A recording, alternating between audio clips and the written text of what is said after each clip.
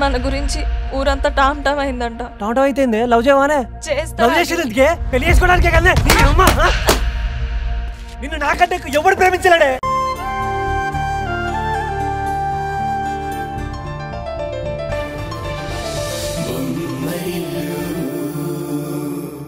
Aunty ముందర ఎక్కువ మాట్లాడలేకపోయాను. మీ వారిని ఒకసారి మా హాస్పిటల్కి తీసుకొస్తే మళ్ళీ టెస్టులు చేయిద్దాం. నీకు పిల్లలు పుట్టకపోవడం అనే ఛాన్సే లేదు. ఒకసారి ఒక ల్యాబ్లో చెక్ చేశాక మళ్ళీ ఎన్ని ల్యాబ్స్లో చూపిస్తే మాత్రం ఏం లాభం? ఒక్కోసారి కొన్ని ల్యాబ్స్లో టెస్ట్ రిపోర్ట్స్ కరెక్ట్గా ఉండవు. వాల్యూస్లో కొన్ని చోట్ల తేడాలు వస్తాయి. అందుకని మా ల్యాబ్లో ఒకసారి టెస్ట్ చేయిద్దాం. ప్లీజ్ ఒప్పుకో. కుదరదే. ఆయన్ని మళ్ళీ టెస్ట్లకు తీసుకురావడం కుదరదు. యాక్చువల్గా మొన్న టెస్ట్లకు రావడమే ఆయనకి ఇష్టం లేదు. మా అత్తయ్య గారి మాట కాదని లేక వచ్చారు. ఓకే, ఆయన్ని టెస్ట్లకు తీసుకురావద్దు. ఆ రిపోర్ట్స్ నాకు పంపించు. ఆ రిపోర్ట్స్ మా సీనియర్ డాక్టర్స్ కి చూపిస్తాను. వాళ్ళతో డిస్కస్ చేసి ఆయనకి ట్రీట్మెంట్ ఇవ్వడం వల్ల ఏమైనా ఉపయోగం ఉంటుందేమో తెలుసుకుంటాను. ఓకేనా? ఓకే.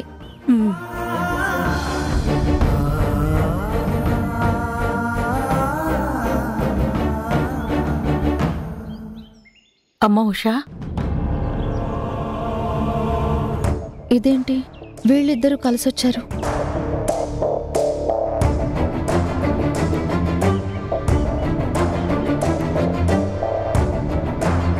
రా.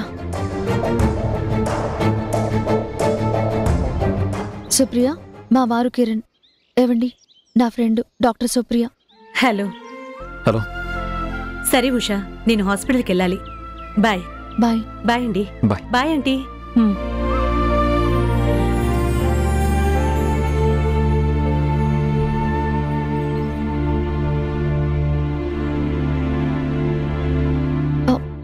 మీరిద్దరూ ఎక్కడ కలిసారమ్మా?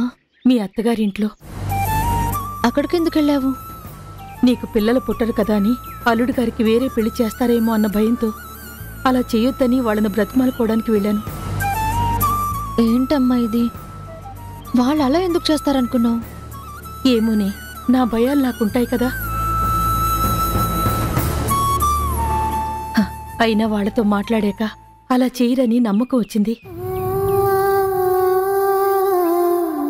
ఏ దేవుడైనా కరుణించి నీ కడుపునొక్క కాయ కాస్తే చాలు.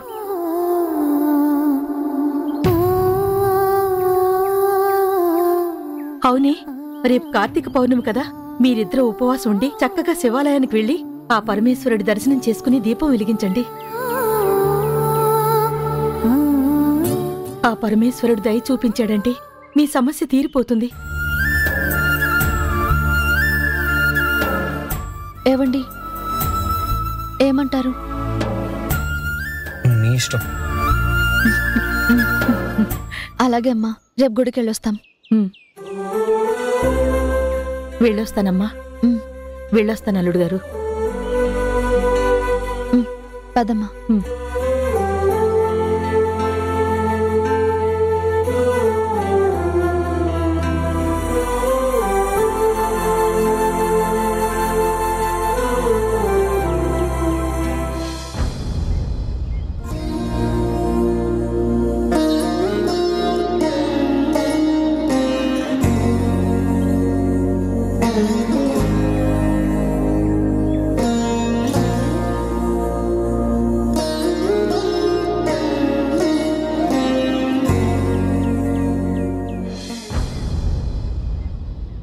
అబ్బబ్బబ్బా, ఆప్తావా నీ నస?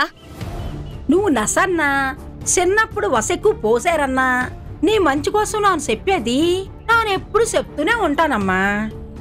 ఆస్తిపాస్తులు ఎంతున్నా అవి అనుభవించడానికి వారసులు లేకపోతే ఎందుకమ్మా అవి? రేపు కార్తీక పౌర్ణమి.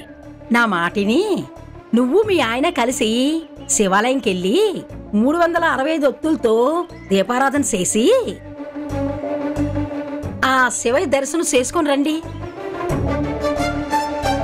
కార్తీక పౌర్ణమి రోజు అలా చేశారంటే 365 రోజులు శివ దర్శనం చేసుకున్నంత పుణ్యం వస్తాదమ్మా. సంవత్సరం అంతా నువ్వు చేసిన పాపాలకి పరిహారం జరుగుతుంది. అంటే ఏంటి? సంవత్సరం అంతా నేను పాపాలు చేస్తూ ఉన్నానా?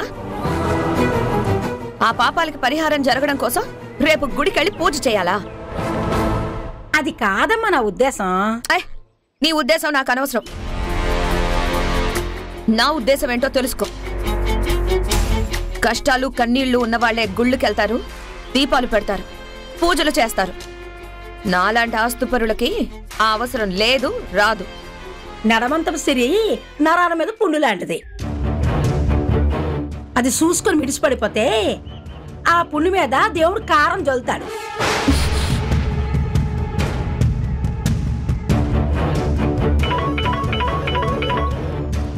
అదిగో ఫోన్ మోగినది.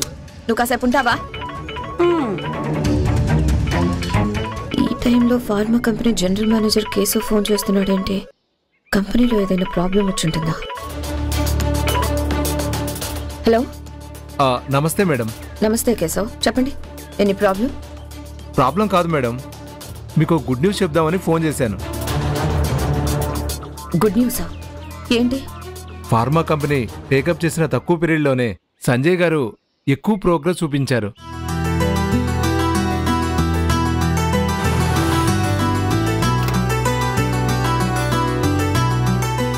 ఈ టర్మ్ అకౌంట్ చూశాను మేడం, మంచి ప్రాఫిట్స్ వచ్చాయి. ఫార్మా ఇండస్ట్రీ ఫీల్డ్లో సంజయ్ గారి పేరు మారుమోగిపోతుంది మేడం. అవునా? Thank you very much.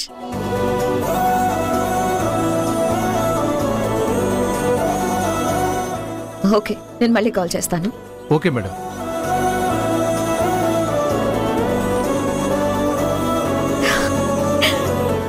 Sanjay, congratulations.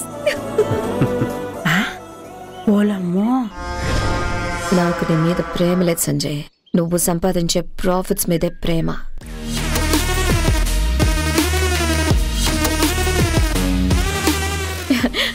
మొత్తానికి ఫార్మా ఇండస్ట్రీని షేక్ చేస్తున్నావు. మన కష్టానికి దేవుడు ఆశీస్సులు కూడా ఉన్నప్పుడే మంచి ఫలితాలు వస్తాయి. ఇదంతా దేవుడి దయ. అవునవును, దేవుడి దయలేందే ఏది జరగదు. రేపు కార్తీక పౌర్ణమి కదా, మన ఇద్దరం గుడికెళ్ళి స్వామివారిని దర్శనం చేసుకుని వద్దాం. వెళ్దాం. ఏంటత్తా అలా చూస్తున్నావు? ఆయన ఫార్మా కంపెనీ నంబర్ 1 ప్లేస్ కి రావాలని, మంచి లాభాలు రావాలని రేపు గుడికెళ్ళి పూజ చేయించొస్తాం. పద సంజయ్, ఆఫీస్ లో బాగా అలసిపోయి ఉంటావు, ఫ్రెష్ అవుదు గాని రా. మొగుడు మీద ప్రేమతోనో దేవుడి మీద భక్తితోనో నువ్వు గుడికి వెళ్ళటం లేదని, మొగుడు సంపాదించిన లాభాలు నొక్కిడి కోసమే ఇలా నాటకాలు ఆడుతున్నానని నాకు తెలిసినాయే నీ దొంగ యాసాలు నువ్వును. కిరణ్ మా విషయం వాళ్ళ అమ్మగారి ద్వారా ఉషకి చెప్పిస్తాను అన్నాడు. ఆవిడ చెప్తుందా? చెప్పినా ఉష యాక్సెప్ట్ చేస్తుందా? తనకి పిల్లలు పుట్టే అవకాశం లేదు కాబట్టి నా బిడ్డని తీసుకుని తన బిడ్డగా పెంచాలని ఆశపడుతుందేమో. ఉషకి ఆ మాత్రం ఆశ కలిగి ప్రస్తుతానికి నన్ను యాక్సెప్ట్ చేసినా చాలు. ఆ తర్వాత దాన్ని కిరణ్కి శాశ్వతంగా దూరం చేసి కిరణ్ భార్యగా నేను దాని స్థానంలోకి వెళ్తాను. హలో అక్క. హలో పల్లవి, ఏం చేస్తున్నావు? భవిష్యత్తు గురించి ఆలోచిస్తున్నానక్క. నువ్వేం ఆలోచించక్కర్లేదు, నీ భవిష్యత్తు చాలా బాగుంటుంది.